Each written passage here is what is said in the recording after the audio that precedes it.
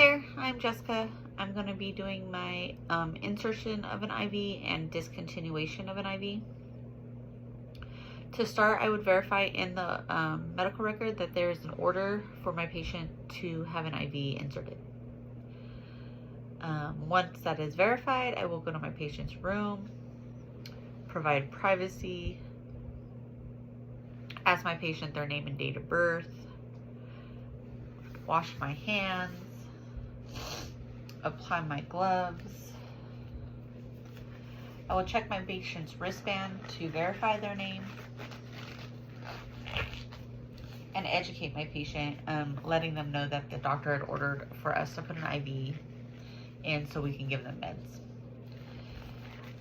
I would inform my patient if at all they're in any pain or discomfort to let me know during the process. So the patient has agreed. I'm going to start the IV process. I'm going to have my normal saline, remove the cap, being careful not to touch the top. I'm going to get my IV tubing, apply that to the top there, making sure it's nice and secure. I will flush some saline through my tube to prime the tube and get rid of any air bubbles that are possibly in the tube. Once my air is flushed out, I will set that to the side for later. I do have all my supplies on a bedside cart here that is clean and free of clutter, being kept sterile.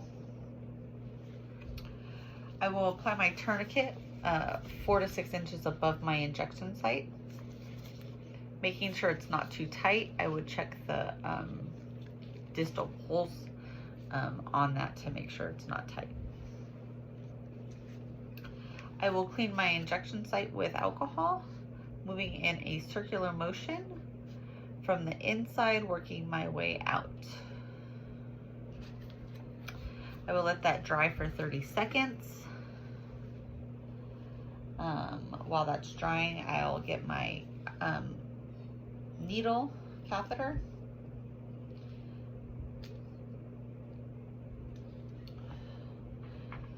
Pulling the skin taut with the bevel side up on my needle, I will insert it into my patient's vein. Gently inserting. Once I see a flash of blood, I know that I'm in the vein.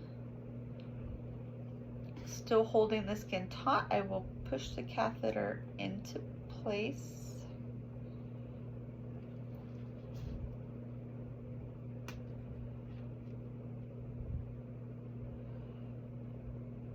And with that being in place, I will remove my needle, applying the safety mechanism and putting that in the sharps container. I will release my tourniquet.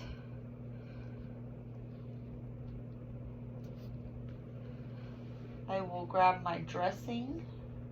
Nope. I will put my tubing on first.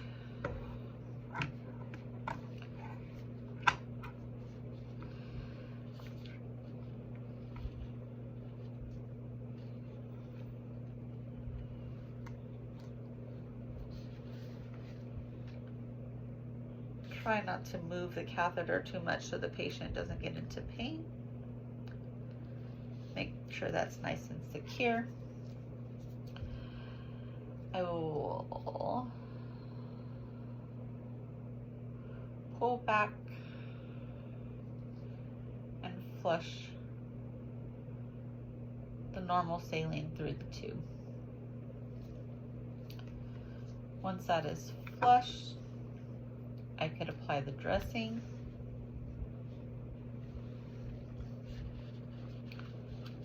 Making sure that the IV shows through the window.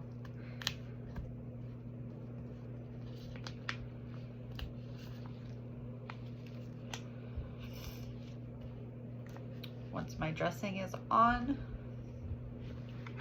I will remove it from the saline. And I will tape the tube alongside the dressing as well.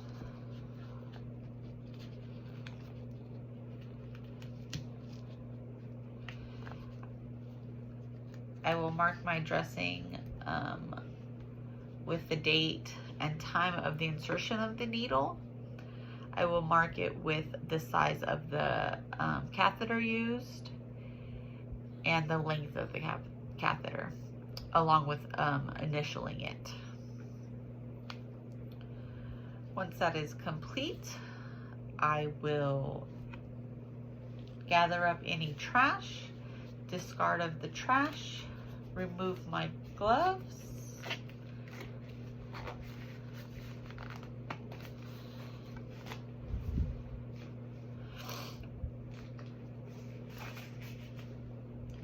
wash my hands, and thank the patient for being so patient with me. Once that is all done, I will now return back to my patient's room after verifying orders of the doctor. Now we're going to remove the catheter. I will verify those orders. I will return back to my patient's room, provide privacy, wash my hands, verify my patient's name and date of birth. I will put on my gloves. These would be new gloves.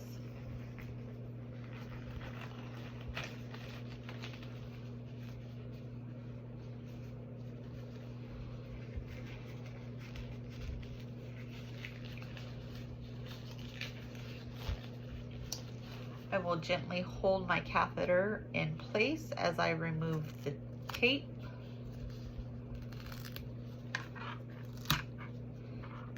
And the dressing.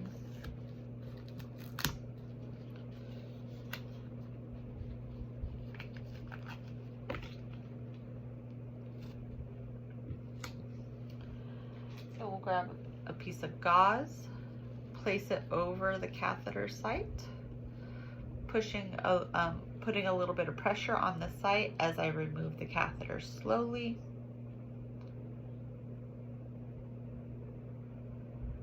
As I remove the catheter, I will inspect it to make sure that it's intact and that it's the length that was inserted. That would be disposed of in the sharps container. And I will tape that gauze into place just in case the patient has any release of blood in that area. Once that is taped into place, I will gather any trash, dispose of the sharps in the sharps container that's already done, and throw all my trash away. I will remove my gloves, wash my hands, and once again thank my patient for being so patient with me.